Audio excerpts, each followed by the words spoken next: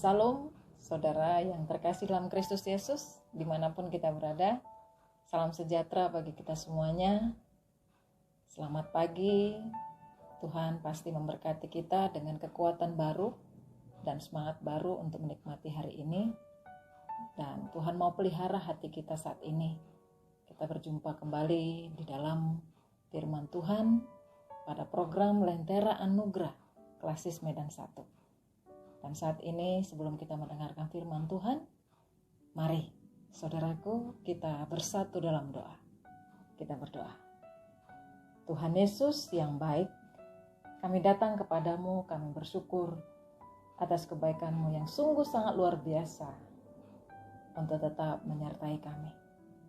Saat ini Tuhan, sebelum kami memulai aktivitas kami, semuanya untuk dapat kami kerjakan, Tuhanlah yang menolong kami dan memelihara iman kami supaya kami tetap berpaut kepada firman-Mu untuk dapat kami kerjakan membekali kami dalam satu hari ini. Berfirmanlah Engkau ya Tuhan, kuasai hati mulut pemikiran hamba-Mu yang jauh daripada sederhana ini.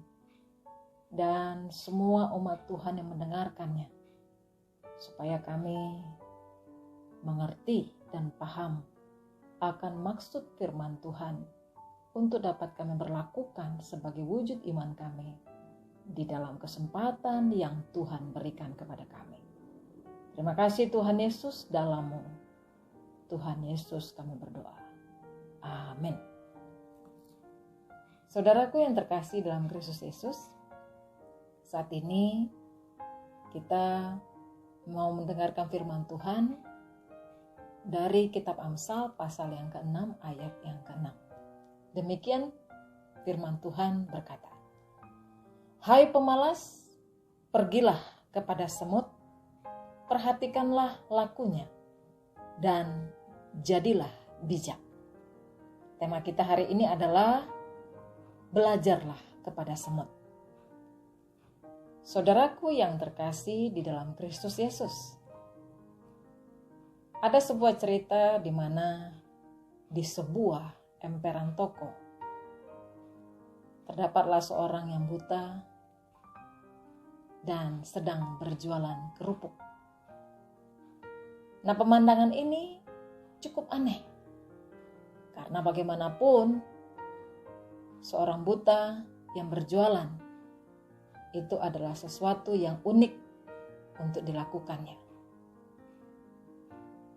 Nah, karena penasaran, seorang ibu mendekati si orang buta ini dan bertanya kepadanya cara dia berjualan. Lalu si orang buta ini berkata, "Jika pembeli membayar lebih, saya akan mempersilahkan mereka untuk mengambil sendiri uang kembalinya dari dalam tas saya." Nah, kembali ibu itu bertanya kepada pemuda ini atau si orang buta tadi, "Kalaulah mereka yang membeli itu adalah melakukan sikap yang curang, bagaimana mungkin ini bisa dihadapi?" Lalu si orang buta tadi berkata kembali. Dia menjawab, "Ibu, Tuhan tidak akan pernah salah memberikan berkat. Kalaupun sekarang saya rugi, saya yakin Tuhan itu pasti memberikan berkat yang lain buat saya pada kesempatan yang baru. Yang penting, saat ini saya tidak berpangku tangan seperti seorang pemalas." Saudaraku, ketika mendengar jawaban daripada si orang buta tadi, si ibu tadi juga langsung terdiam. Karena menurutnya benar juga apa yang dikatakan oleh si orang buta tadi, bahwa keterbatasan ini tidak seharusnya dijadikan alasan untuk berpangku tangan. Keterbatasan itu tidak menjadi topeng untuk bermalas-malasan, tapi sebaliknya, apapun dan bagaimanapun keadaan yang terjadi, seseorang itu harus bekerja. Saudaraku yang terkasih, ini juga yang diungkapkan oleh seorang raja yang terkenal yang bernama Raja Salomo. Dia melukiskan kata-katanya di dalam Amsal pasal 6 ayat 6 tadi, yang berkata, saya akan bacakan kembali, "Hai pemalas, pergilah kepada semut dan belajarlah kepada mereka." Raja Salomo sangat tidak suka dan membenci siapa yang pemalas itu. Dia sungguh menghardik pemalas untuk mereka diarahkan bekerja. Dan mereka harus melihat dan belajar kepada seekor semut. Belajar dari hewan yang sangat kecil, tapi disinilah hewan ini memiliki etos kerja yang begitu besar. Saudaraku yang terkasih dalam Kristus Yesus, apakah yang dapat kita pelajari di dalam ilustrasi yang diungkapkan oleh Raja Salomo ini, yaitu dari seekor semut? Dari penelitian saudaraku yang terkasih, para ahli, ternyata ada banyak keunikan yang dilihat mereka dari semut yang dapat dijadikan pelajaran hidup bagi manusia. Nah, jika melihat kawanan semut yang banyak, tampaknya mereka itu melakukan hal yang serupa. Padahal kalau diteliti dengan jauh, mereka itu merupakan semut-semut yang memiliki beberapa jenis, dan mereka itu melakukan tugas mereka masing-masing. Contohnya saudaraku yang terkasih, ratu misalnya. Ratu dari semut ini bekerja, bertugas untuk bertelur. Sedangkan semut pekerja yang memiliki banyak tugas masing-masing, yaitu mereka ada yang memberi makan larva mereka, atau membuang kotoran koloni, atau menyimpan makanan, atau juga yang bertugas mempertahankan sarang. Nah, saudaraku yang terkasih, semut itu adalah hewan yang begitu kuat. Ternyata tubuhnya yang begitu kecil itu menyimpan otot-otot yang begitu kuat sehingga memungkinkan semut itu mengangkut sesuatu yang berpuluh-puluh kali lipat lebih berat dan lebih besar daripada dirinya. Nah, ditambah lagi saudaraku, jika mereka itu bekerja sama, wah ini luar biasa.